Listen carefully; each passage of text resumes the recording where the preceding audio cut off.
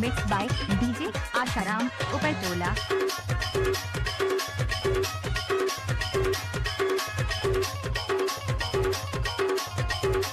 नाचा रे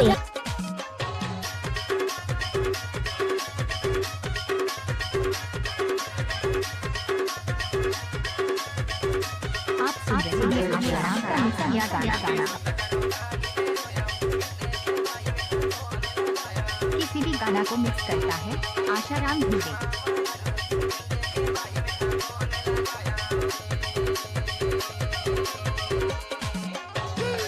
क्या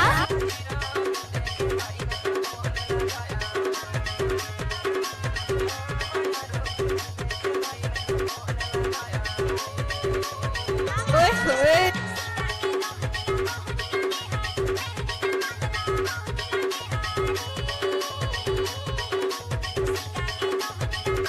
जाओ रे।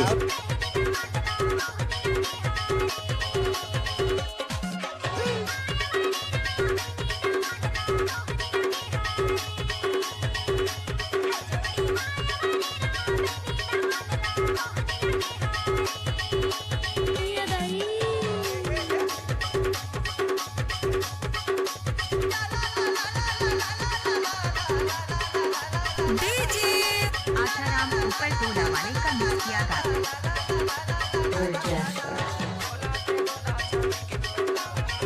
जब तक सूरज और चांद रहेगा आशाराम का नाम रहेगा।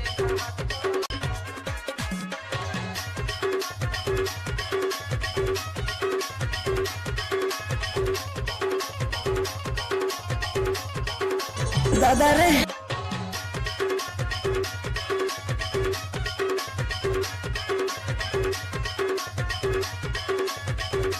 DJ Ashok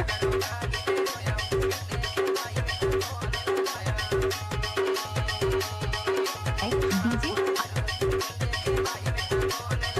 mix by DJ Asharam उपरटोला।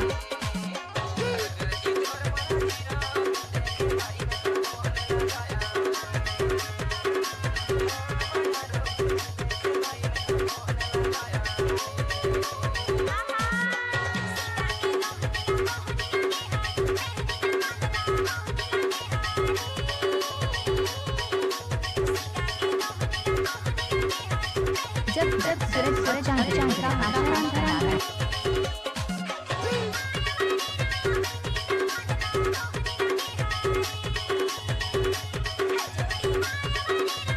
लजाबे झनो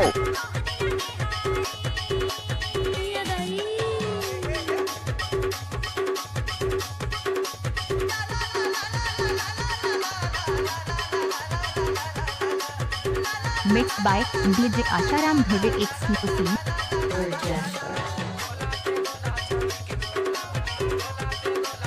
mobile number संपर्क करें 93 024 28 14।